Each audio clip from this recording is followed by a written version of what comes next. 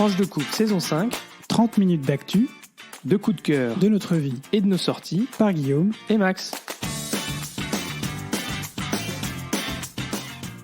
Bonjour, bonsoir, nous sommes Guillaume et Max et on est ravis de vous retrouver pour ce 3e épisode de la saison 5 de Tranche de couple, qui s'appellera pour la gloire le grand écart. Et le grand écart, naturellement, ça nous connaît. Si vous nous connaissez, vous le savez. Merci à toutes et à tous pour votre écoute, vos messages et votre sympathie, ça nous touche vraiment beaucoup. Malgré un début d'année pour nous compliqué, on y reviendra, on arrive grâce à ça à trouver au fond de nous-mêmes la motivation pour vous proposer ces tranches de monde et de notre vie, enregistrées le dimanche soir à 22h. Depuis le début de cette saison, c'est un immanquable, toutes les 2 semaines. Comme d'habitude, n'hésitez pas à partager cet épisode pour nous aider à rester visibles et nous encourager à vous proposer ce podcast régulièrement. Alors Max, première actualité, tu vas nous parler du conseil de planification écologique. Et quand on entend écologie et gouvernement Macron, on lève tout de suite un sourcil quand même. Merci pour cette petite introduction. Vas-y, réponds ça. Alors oui, en fait c'est un sujet que j'avais noté dans la semaine qui a suivi notre dernier podcast, parce que le 25 septembre, il y a eu ce qu'on appelle un conseil de planification écologique qui s'est tenu à l'Élysée sous la présidence d'Emmanuel Macron avec la première ministre Elisabeth Borne et un certain nombre de ministres du gouvernement. C'était une réunion qui était attendue depuis longtemps et qui suit la création dans le gouvernement d'Elisabeth Borne d'un secrétariat à la planification écologique qui est rattaché à la première ministre. Et ça, c'est une bonne chose en fait, parce que dès lors qu'un portefeuille n'est non plus rattaché à un ministre en particulier, mais à Matignon, à ce moment-là, il a justement une certaine autorité sur l'ensemble des ministères. Et on sait bien que la planification écologique ou la transition écologique, eh bien, elle touche l'ensemble des portefeuilles du gouvernement. Et donc, c'est à cet endroit-là qu'elle est bien placée. Le but de cette planification, c'est de prévoir dans le temps long cette transition vers une société plus soutenable. Alors, il y avait cette volonté affichée de bâtir ce que Emmanuel Macron a appelé une écologie à la française pour répondre à un triple défi, celui du dérèglement climatique et de ses conséquences, celui d'un effondrement de notre biodiversité et celui de ce qu'il a appelé la fin de l'abondance, c'est-à-dire en fait des ressources qui se font de plus en plus limitées. Alors je vais vous énumérer un certain nombre de sujets qu'il a mis en avant dans la conférence de presse qui a suivi cette planification écologique. Alors d'abord, sur le sujet des émissions de CO2, l'objectif qui était déjà établi est de réduire de 55% les émissions de CO2 en 2030 par rapport aux émissions de 1990. Le président s'est félicité. De penser à nos auditeurs belges. On fait le grand écart entre la France et la Belgique en permanence, vous voyez. Le président s'est félicité d'avoir réussi à réduire les émissions de CO2 2 fois plus vite qu'auparavant durant son premier quinquennat. Et l'objectif pour atteindre en 2030, ça reste assez atteignable, mais ça nécessite d'aller 2,5 fois plus vite sur les 5 prochaines années, donc il y a du boulot. Alors sur le charbon, l'objectif reste de sortir du charbon d'ici à 2027. Il n'y a pas tellement de détails dans ce qu'il a dit, ça s'inscrit dans un objectif plus général de réduire la dépendance aux énergies fossiles et plus spécifiquement charbon, pétrole et gaz. L'objectif plus macro, c'est en 2030 de passer de 60% à 40% d'énergie fossile. Alors il y a une annonce que vous avez certainement entendue qui est celui du développement de RER métropolitains. Alors en novembre 2022, il y avait déjà eu une annonce du développement d'un réseau de RER dans 10 métropoles françaises. L'objectif étant bien sûr d'encourager les alternatives à la voiture. Et le 25 septembre, il y a eu une annonce d'un financement de 700 millions d'euros finalement pour mettre en place 13 RER métropolitains. Alors pour encourager le déploiement de la voiture électrique, vous le savez, c'était un sujet qu'Emmanuel Macron avait mis en avant dans sa campagne. Il avait mis en avant l'objectif de produire au moins 1 million de véhicules électriques sur le territoire français d'ici la fin du quinquennat en 2027. Il y a pas mal de projets d'usines, en particulier pour des batteries, autour de Dunkerque, dans les Hauts-de-Seine, ou dans la région Hauts-de-France, qui ont été faites. Je pense que sur l'objectif de production de véhicules électriques, ça va quand même être compliqué. Mais il y a des précisions qui ont été données sur cette idée d'un dispositif de leasing d'une voiture électrique à 100 € par mois. Et donc, en novembre, le dispositif sera dévoilé. On attend de voir qu'est-ce que ce sera, parce que c'est quand même 100 €, c'est très peu cher. Et donc, on va voir qu'est-ce qui pourra être proposé, sachant que le véhicule, il a été indiqué que ce sera un véhicule qui est produit en Europe. Voilà, intéressant. Alors, l'axe suivant... Tous les véhicules électriques sont produits en Europe, non ? Il y en a encore plein d'autres qui sont produits en dehors aujourd'hui ? La majorité sont produits en dehors de l'Europe. Oui. Oui, parce qu'en fait, d'abord, il y a la batterie, viennent principalement encore... les usines de batterie, en fait, en Europe, c'est assez récent. Et puis, il y a des voitures qui sont produites en Europe de l'Est, mais il y a encore beaucoup de voitures qui sont produites en Chine. Alors, l'axe suivant, c'est l'encouragement au déploiement de pompes à chaleur, avec l'objectif de tripler d'ici 2027 le nombre de pompes à chaleur, en alternative aux chaudières, au fioul et au gaz. Il a dit qu'il n'y aurait pas d'interdiction des chaudières au gaz. Je crois que c'était une crainte d'un certain nombre de gens. Ça passera notamment par des mesures pour encourager le développement d'une filière industrielle de production et d'installation de ces pompes à chaleur, sachant que ces pompes à chaleur, leur intérêt, c'est qu'elles consomment et qu'elles émettent moins. Sur le prix de l'électricité, c'est un autre sujet important. Vous le savez, au niveau européen, le prix de l'électricité, en fait, il est indexé sur le prix du gaz. Alors, ça veut dire que quand on est dans un pays où on a des coûts d'électricité qui sont beaucoup moins chers que le gaz, vous savez que le gaz est élevé, en fait, on est obligé de facturer au prix du gaz. Donc, quand on produit avec de l'énergie nucléaire ou avec des énergies renouvelables, ça coûte beaucoup moins cher. Mais du coup, c'est pour ça qu'on a des prix de l'électricité qui restent assez élevés. Donc, c'est un sujet sur lequel il a annoncé que la France allait travailler pour avoir un prix compétitif de l'électricité. Ça passera forcément par une discussion au niveau européen, mais c'est pas une discussion qui sera facile parce que les pays qui n'ont pas, qui font principalement leur électricité sur la base de produits fossiles, eux, ils n'ont pas envie d'avoir une concurrence en fait sur le prix de l'électricité, avec des voisins qui ont des prix beaucoup plus attractifs, notamment pour l'industrie. Voilà, donc c'est un sujet qui restera important. Et la dernière mesure dont il a parlé, c'est le glyphosate. Vous savez que l'Union européenne est en train de discuter avec une proposition de repousser l'interdiction de 10 ans. Et donc, il a annoncé un objectif en France de réduire de 30% cette dépendance à cet herbicide. Bon, globalement, on ne va pas vous cacher qu'on reste un peu sur notre faim. Le grand plan sur lequel travaille le secrétariat général à la planification écologique paraît pas très très clair. Les annonces du gouvernement ne contiennent pas vraiment beaucoup de détails sur les annonces, et puis au global, il y a quand même peu d'annonces. Et surtout, c'est très parcellaire si on prend en compte l'objectif affiché de couvrir le dérèglement climatique, la biodiversité et la rareté des ressources. À l'heure de l'urgence climatique, c'est des mesures fortes et transversales dont nous avons besoin, et on n'y est visiblement pas encore. Alors bien sûr, l'enjeu majeur, ça sera le financement. Ça reste, comme on dit, le nerf de la guerre, parce que pour avoir un impact et faire évoluer notre modèle de société, ça va coûter cher, mais on n'a pas vraiment le choix. Voilà ce que je pouvais dire sur la planification écologique, et j'espère qu'on pourra revenir dans cette saison avec plus d'éléments concrets, parce que y a pas le choix, il faut y aller, quoi. Effectivement, je crois que on le voit malheureusement tous les jours. Si on ne prend pas des décisions, eh bien, il va falloir apprendre à s'adapter. Ça va être de plus en plus difficile de s'adapter. Et ça coûtera encore plus cher, en fait, de répondre plutôt que de s'adapter et de transformer notre modèle. Guillaume, tu nous parles d'un autre sujet, d'un événement qui se passe à Rome. Ben oui, puisque nous, on est les adeptes du Grand Écart, on vous parle de l'environnement et du pape François. Alors, puisqu'on fait un Grand Écart, on ne va pas vous parler de la nouvelle encyclique du pape François qui a trait à l'écologie et dans laquelle il exhorte tous les catholiques et tous les croyants de l'Église catholique à justement être vigilants avec notre planète et à y faire attention. l'exhortation qui probablement fera date, mais en tout cas qui a déjà commencé à faire couler beaucoup d'encre. On attend de voir quels seront les impacts suite à Laudato Si. Certains la voient comme une suite de Laudato Si, d'autres comme quelque chose de beaucoup plus engagé, encore que Laudato Si, et de beaucoup plus...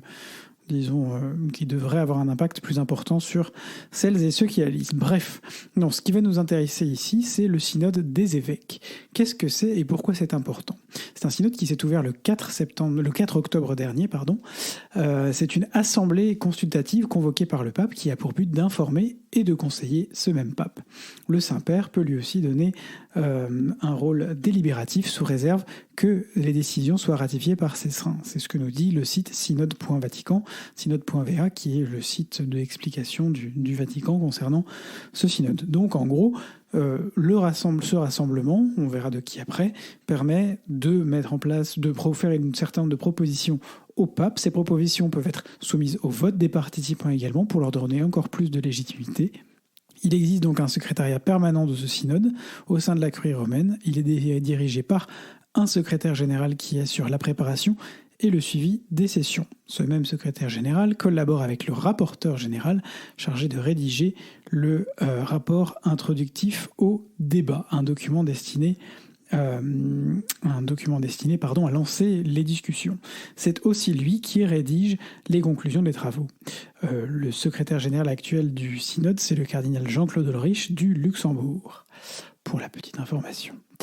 Les travaux de cette première réunion plénière sont donc divisés en 4 parties. La première aura pour thème la synodalité. Bah oui, on parle d'un synode sur la synodalité. En quoi l'Église est une assemblée, où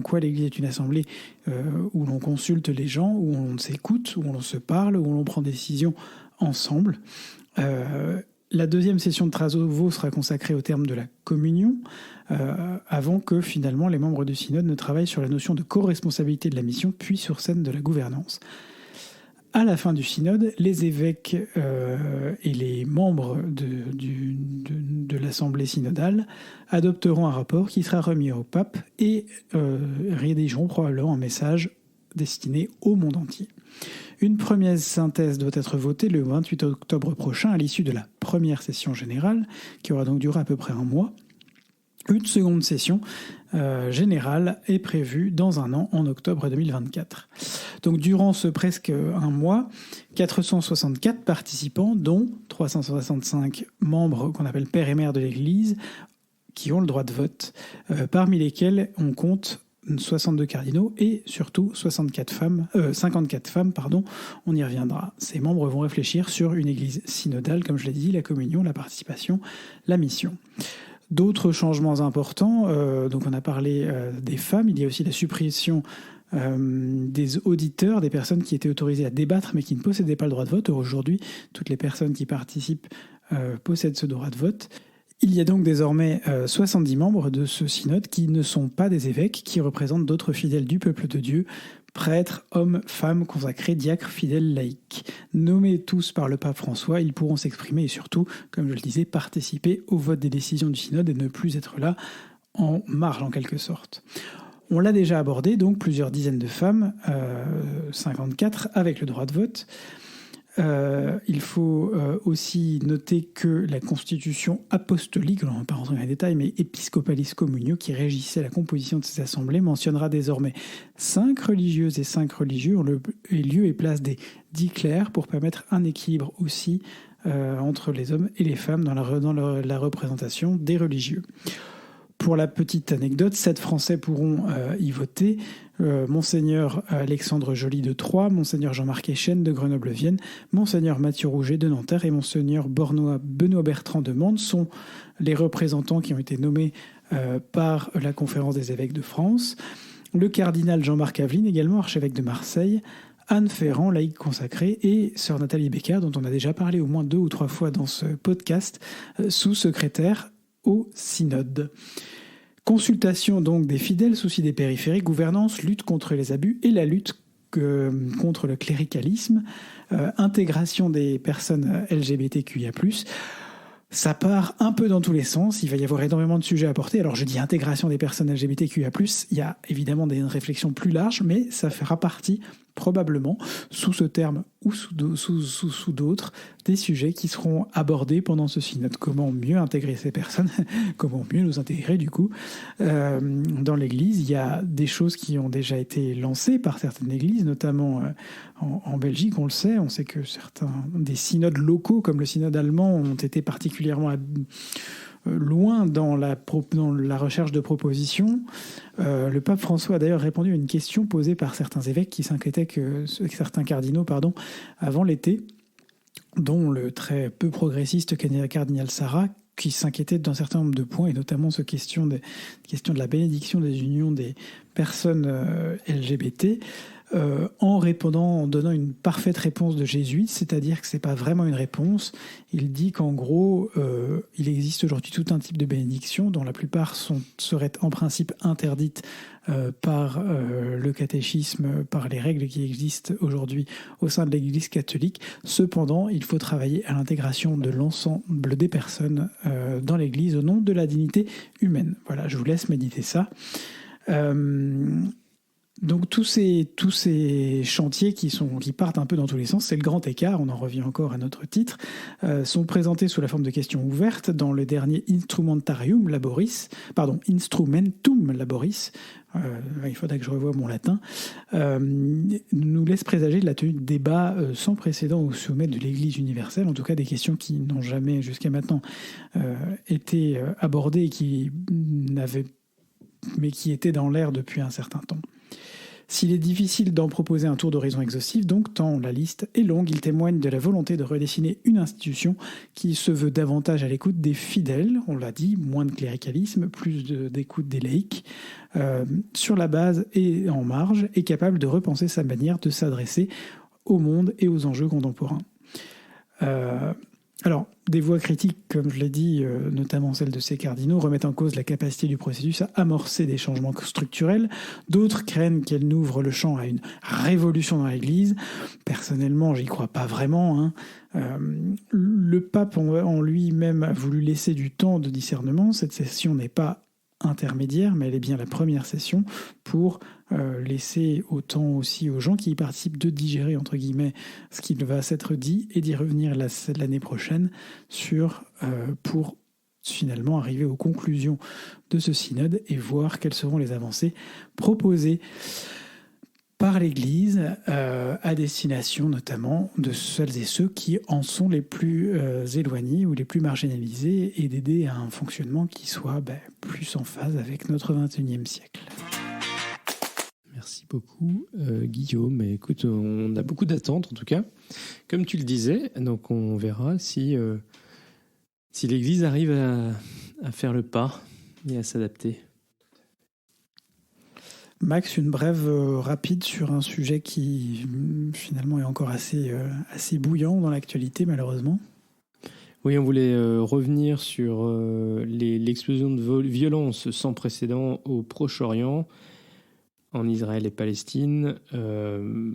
Voilà, c'est un sujet qu'on ne pouvait pas occulter au vu de la violence qui s'est déchaînée depuis ce week-end, avec au départ des tirs massifs de roquettes depuis la bande de Gaza vers Israël et des hommes en armes appartenant au Hamas qui ont assailli des localités israéliennes au sud du pays, des civils israéliens mais aussi d'autres pays, notamment américains, ont été pris en otage. Et puis, en riposte, des raids de l'armée israélienne ont eu lieu dans la bande de Gaza. Alors, le bilan va probablement s'alourdir, mais on dénombre déjà plus de 1000 morts et au moins 3000 blessés. Ces journées ont été effectivement très meurtrières et on ne peut que s'en désoler parce qu'on sait aussi qu'elles augurent de nouvelles violences en chaîne dans un pays ou dans une zone géographique qui n'a pas été exempte de violences, qui finalement a connu des petits moments de répit dans une grande violence en permanence. On sait aussi que le Hezbollah au Liban commence à aussi profiter un peu de la situation. Donc on ne souhaite pas à ce stade rentrer dans ce sujet de façon approfondie. C'est jamais bon de battre une actualité à chaud, en particulier dans cette région. Mais on voulait cependant afficher notre solidarité avec les victimes, en particulier civiles des deux côtés, leurs proches, et puis espérer que la paix durable puisse un jour voir le jour dans cette partie du monde qui connaît ces spirales de violence inquiétantes pour toute la région. Voilà, après avoir fait ce petit point qui était important pour nous, Guillaume, on va revenir peut-être à un peu plus de légèreté sur le point Belgitude. Eh bien, oui, je ne sais pas si ça va être de la légèreté, parce qu'on va quand même parler budget. Je vais vous parler d'un budget qui est à la fois en équilibre, en déficit. Ben oui, en Belgique, on arrive à faire des choses absolument fantastiques. Comme toutes les institutions, les organisations politiques, publiques, etc., la région wallonne donc a voté récemment un budget à la fois en équilibre et en déficit. Oufti, non peut-être. Eh bien oui, c'est la situation paradoxale dans laquelle se trouve justement cette région. Alors qu'officiellement, elle s'est lancée dans une course à un budget équilibré. Elle est connue pour avoir des budgets très souvent en déficit, et regardée d'ailleurs de façon très de travers par les collègues flamands qui sont un poil plus vertueux sur le sujet. Elle s'est lancée donc dans une course au budget équilibré, mais quand on regarde les chiffres d'un peu plus près, on se rend compte que ça ne concerne que les dépenses couvrantes, soit environ 100 millions d'euros sur les 200 millions environ du budget global de la région. Alors, ce que ça veut dire, c'est que ça démontre qu'en Belgique comme ailleurs, manipuler les chiffres permet de leur faire dire tout et n'importe quoi, et de faire le grand écart avec l'argent du contribuable qui, lui, n'a pas le droit au déficit. Ce que ça veut dire aussi, et on va être un peu plus politique là-dessus, c'est que à force de voter des budgets en déficit, mais de les masquer aux yeux du contribuable et des électeurs, on cache quand même une partie de la vérité. Bon, en tout cas, c'était une courte anecdote aujourd'hui, mais c'est pour vous dire que méfiez-vous toujours des chiffres qui vous sont donnés, en particulier par les politiques. Sachez les sourcer. Il y a de très bonnes institutions publiques. Je ne parle vraiment pas de Tati Janine ou de Jean-Marc Comptoir sur Twitter, mais des institutions publiques qui publient ces comptes qui peuvent aider à une meilleure compréhension. Soyons capables d'aller chercher les informations et de les sourcer correctement. Merci beaucoup Guillaume, et on passe à notre rubrique Vie de couple. Bon, on va pas se mentir, en termes de grand écart, nous on fait aussi un peu le grand écart dans nos déplacements professionnels depuis la rentrée. Là, on en a eu beaucoup. Et on en a déjà parlé pendant le Covid, c'était quelque chose qui s'était arrêté et on avait beaucoup apprécié que ça s'arrête. Pour autant, on s'est laissé de nouveau embarquer dans toute une série de nécessités de déplacements, alors des déplacements loin, dans d'autres pays européens ou un peu plus proches, en Belgique, mais qui s'accumulent les uns derrière les autres dans des journées, dans des week-ends, dans des soirées. Et alors, je me disais que ça pouvait être intéressant de voir comment est-ce qu'on reste en contact pendant nos déplacements, comment est-ce qu'on arrive à ne pas être coloc, parce que c'est vrai qu'on en plaisante un peu avec nos proches ces dernières semaines en disant que on est quand même un petit peu coloc à la maison. Comment on arrive à survivre à ça, mais à gérer le fait de s'être croisé quand même pas mal pendant quelques semaines. Alors maintenant, ça va se calmer un peu. Mais voilà, on a appris à avoir des petites routines. On prend le peu de temps qu'on a ensemble, on essaye de le prendre, d'en profiter encore plus. Alors on a plein de sujets en ce moment en plus. On vous en parlera peut-être un jour, mais qui nous préoccupent personnellement à côté, et en plus, aussi professionnellement d'ailleurs, en dehors des déplacements, il y a aussi des choses à gérer professionnellement. Voilà, on essaye de bien profiter l'un de l'autre, d'abattre ces sujets. Moi, j'ai eu un week-end à la maison il y a 2 semaines où j'avais toute une liste de choses à faire à la maison qui attendaient depuis des semaines. Et ben, j'ai bien profité de ce week-end où Max n'était pas là parce qu'il était en France et en Suisse oui, c'est ça, hein, je me trompe pas, pour aller voir de la famille, une lointaine cousine notamment qui était de passage. Moi, j'ai dit non, je peux pas, il faut que j'avance sur tout ça. Avec aussi dans l'idée de me dire que quand Max, tu allais rentrer, ce serait tout fait et on pourrait profiter du temps qu'on allait passer ensemble. Et ça, je peux dire que j'ai beaucoup apprécié. Mais ça marche dans les deux sens. Hein. Hier soir, je suis rentré à point d'heure d'un déplacement pro. Pas moyen de manger dans l'avion parce qu'il n'y avait pas eu de service finalement pour acheter. J'avais faim. Et Maxou, il avait préparé le repas du soir. Bah oui, c'est normal. Non, je crois que ce qui est pas toujours évident, c'est que quand on essaie Ah, nous, on aime bien s'envoyer des petits messages un peu quand on n'est pas ensemble, même quand on est d'ailleurs tous les deux à Bruxelles, et voilà. Mais quand on est en déplacement et qu'il y en a un qui fait plein de choses, qui a plein d'activités, pendant que l'autre, il est peut-être plus statique à la maison, tout ça, c'est pas forcément toujours simple d'arriver à être dans le bon, je sais pas, dans la même vibe, on va dire. D'ailleurs, c'est pas forcément celui qui est à Bruxelles qui comment dire, est plus statique et à moins de choses. Dans mon dernier déplacement professionnel, j'ai passé pas mal de temps dans un bus. Me demandez pas pourquoi. Et voilà. Et pendant ce temps-là, tu étais justement encore à nouveau en train de faire pas mal de choses pour la maison. Et voilà. Et c'est vrai que même quand on s'appelle, on aime bien s'appeler. Mais quand on n'est pas dans le même... Enfin, voilà. C'est pas toujours simple, en particulier quand quelqu'un est en déplacement, d'arriver à trouver des moments où on peut s'appeler et ça correspond pas forcément au moment où l'autre est dispo. Et alors, quand on n'est pas dans le même fuseau horaire, je vous raconte pas l'angoisse. Et donc ça, c'est quand même pas très simple. Je dois quand même dire que ça rappelle le tout début de notre relation, Guillaume. Je sais pas si tu te souviens.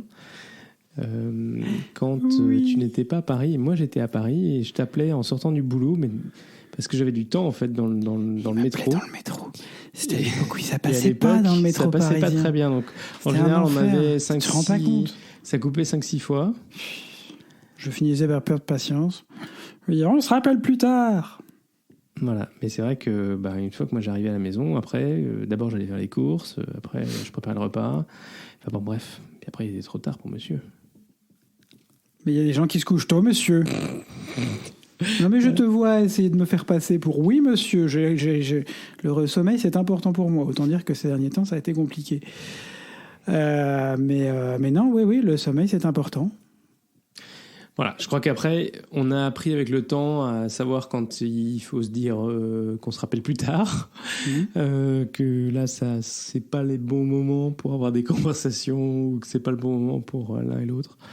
Voilà, on essaye de s'envoyer des petits messages avant d'aller dormir, en général.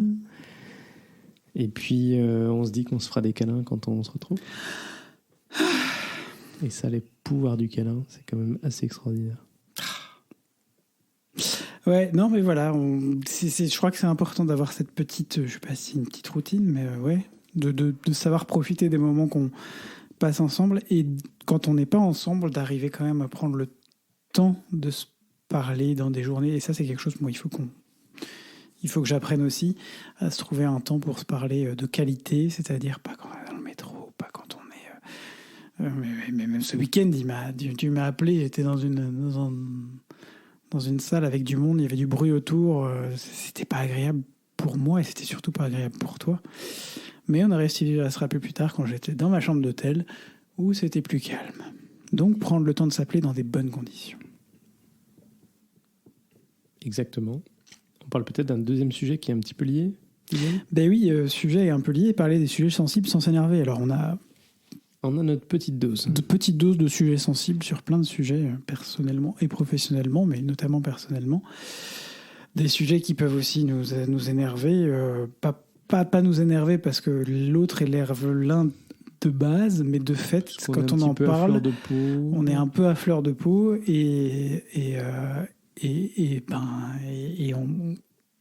vous savez que pour nous, c'est super important de bien communiquer. Et là, on se rend compte qu'on communique mal quand on est à fleur de peau et quand on est fatigué et quand ces sujets nous mettent un peu sur les nerfs aussi. Donc, on prend sur nous. Il faut toujours respirer un bon coup. Quand moi, je commence à dire « Mais tu t'énerves, hein, Max !» et que Max me regarde avec un calme olympien. « Mais je ne me suis pas énervé du tout, je vois pas de quoi tu parles. » Oui, bon, ça va, j'ai compris. Alors là, je dois dire... En plus, tout ceci est enregistré. En plus. Merci Guillaume, je te remercie parce que c'est vrai que c'est arrivé plusieurs fois, notamment ce soir, que tu t'énerves en me disant « mais tu t'énerves. Alors que moi, j'essaie de garder le calme et le poser. Alors, j'en pense pas moins, hein, je pas forcément, mais voilà. Donc, je te remercie d'avoir posé ça ce soir. Vous voyez, c'est ça aussi Communiquer, savoir reconnaître ses erreurs, y compris devant l'ensemble le monde entier via ce podcast. Maintenant, vous le savez, je sais reconnaître mes erreurs. Mais donc, Max, qu'est-ce que tu conseilles finalement, toi, dans ces cas-là? Parce que parler des sujets sensibles sans s'énerver. Ouais, T'en es où là-dessus? En fait, ce qui est pas simple, c'est que mon inclination naturelle, Guillaume le sait et ça l'énerve, c'est d'aller faire un tour. Non, mon inclination naturelle, c'est quand ça commence à chauffer, c'est d'aller faire un tour. C'est de quitter la pièce, de laisser retomber le truc et de revenir plus tard. Et en fait, toi, ça t'énerve beaucoup quand je quitte une discussion. Faut quand même le reconnaître. Mais parce que j'ai l'impression que je fuis, que... Parce que j'ai l'impression que tu fuis. Et il y a des fois, tu fuis. Et il y a des fois, je fuis. Encore une autre chose à recadrer ce soir. Vous voyez, chacun son moment. Oui. Mais je reste... En fait, je pense qu'à un moment donné, il ne faut pas non plus se retrouver dans une situation où tes mots vont dépasser ta pensée et tu vas dire des choses qui vont heurter l'autre. Et donc, mon inclination naturelle, c'est de dire, on va faire un pas en arrière, on va redescendre la pression. On est plutôt... parfois, on peut faire un peu la moue pendant un petit temps, mais globalement, quand même, on arrive à se dire pardon et à se dire... allez, hop, on repart d'un meilleur pied. On a un peu le syndrome cocotte-minute tous les deux, quand même, où les choses peuvent monter en pression. Donc, voilà, mais je sais pas si c'est toujours la meilleure solution de partir pour faire un tour. Mais voilà, je sais que j'ai cette tendance-là. Est-ce que j'ai d'autres solutions à vous proposer? Not really, not at the moment. Essayer de dire, peut-être que c'est mieux qu'on en reparle un peu plus tard. Voilà. Mais c'est un peu la même logique. Je pense que quand on est fatigué, ça n'aide pas. Non, ça c'est sûr. Et en tout cas, on peut vous redonner notre solution à nous. On vous l'a déjà dit plusieurs fois. Mais on essaye de ne pas se coucher en étant fâché. Donc voilà. Ça nous est pas arrivé souvent et ça fait longtemps que ça nous est pas arrivé. On fait un petit câlin et on dit je suis désolé qu'on soit énervé. Et puis voilà, on repart d'une meilleure base. Alors c'est la dernière rubrique et Guillaume, tu nous fais une petite rubrique tech aujourd'hui, c'est toi qui... Ciel est bleu, le monde est neige. Je vais vous parler aujourd'hui effectivement de Blue Skies. Mais qu'est-ce donc Blue Skies? Qu'est-ce donc Blue Skies?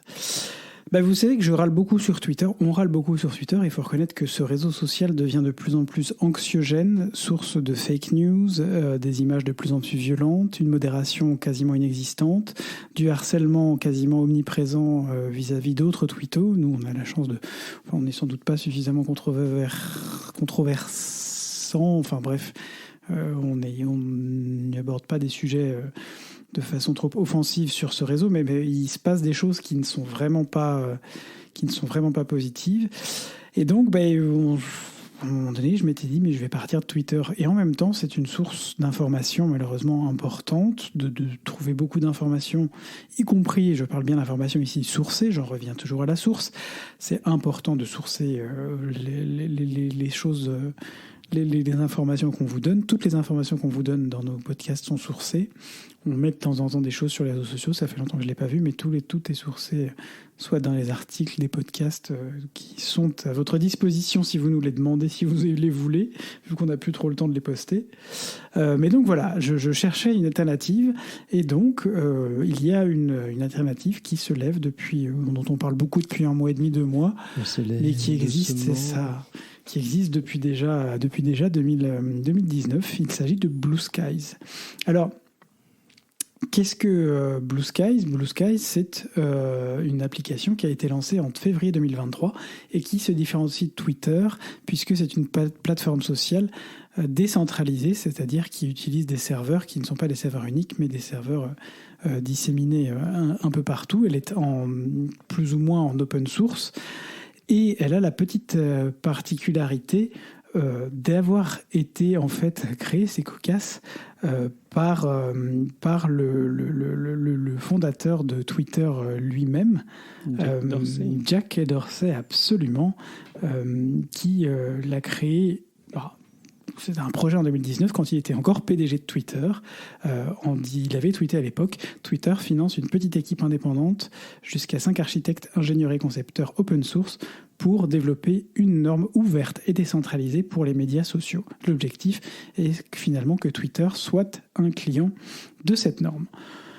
Depuis sa création officielle en 2022 et son lancement en février 2023, Blue Skies est devenue donc une entreprise indépendante qui est dirigée par Jay Graber et qui est toujours soutenue par l'ancien cofondateur de Twitter qui s'est barré quand Twitter a été racheté par Elon fucking Musk. Comment ça fonctionne ? Eh bien, à peu près pareil que Twitter. Finalement, c'est une interface, deux interfaces proches, puisqu'elles ont été toutes les deux conçues finalement par des architectes ou des informaticiens avec des sensibilités proches. Vous créez un profil, vous avez ce qu'on appelle une timeline, une ligne du temps où vous voyez passer les posts publiés. Vous pouvez poster des posts de maximum 300 caractères, ajouter des liens, des mentions, des emojis et jusqu'à 4 photos et interagir avec ces posts. On peut les liker, répondre en laissant des commentaires. Bref, on est finalement tout à fait dans Twitter. Alors, aujourd'hui, il y a aussi quelques limites. La première, c'est que c'est une application qui est en version bêta, c'est-à-dire que elle est encore en test, et, en bêta privée même, et que pour y accéder, il faut un code. C'est pas forcément simple de trouver des codes. Moi, j'ai eu une twitto généreuse qui m'a offert un code hier, et je compte bien partager les codes que j'aurai d'ici quelques temps, au principe avec mon profil, à d'autres personnes. S'il y en a qui sont intéressés, n'hésitez pas à me demander. Le premier est réservé à Max, je vous le préviens tout de suite. Si jamais il n'en a pas eu d'ici là, c'est chez lui que ça ira. On peut aussi s'inscrire sur une liste d'attente pour obtenir ce code, mais c'est pas forcément simple parce qu'on ne sait pas du tout quand est-ce qu'ils vont l'ouvrir, à qui. Il y a 1,2 million de personnes selon Forbes qui y sont inscrites. On peut enfin acheter un code sur eBay, mais enfin, payer plus de 100 ou 200 $ pour un code Blue Skies, honnêtement, c'est pas forcément utile. Donc il faut savoir qu'aujourd'hui, l'application en tout aurait été téléchargée environ 500 000 fois sur l'App et le Play Store. Elle est numéro 10 réseaux sociaux sur l'App Store. 500 000 personnes avaient accès, donc ça c'est des chiffres de mai 2023, j'ai pas trouvé plus récent, mais 500 000 personnes y avaient accès. C'est aussi un problème parce que ça veut dire qu'il y a encore peu de gens et peu d'interactions sur Blue Skies, mais voilà, il faut, comme toute application, il va falloir lancer la machine et il faut espérer que d'ici quelques temps, on puisse enfin faire le grand écart entre Twitter et Blue Skies et trouver une bien meilleure modération et une même qualité d'information sur ce réseau social. Effectivement. Écoute, merci Guillaume pour cette appli intéressante. Et puis, on ne sait pas trop si vous êtes dessus, mais si vous êtes, eh bien, faites-nous signe. On essaiera aussi de créer un petit compte pour Tranche de Couple sur Blue Sky. Et voilà, et c'est déjà la fin de ce 3e épisode de la saison 5. Si vous êtes arrivé au bout, bravo et merci. On est très heureux de vous compter parmi nos auditeurs. Si ce podcast vous plaît, faites-le découvrir autour de vous et n'hésitez pas à mettre une note ou un commentaire sur Apple Podcast, Spotify ou votre logiciel de podcast préféré et un like sur YouTube ou Twitter ou un pouce bleu sur Facebook. Et surtout, partagez.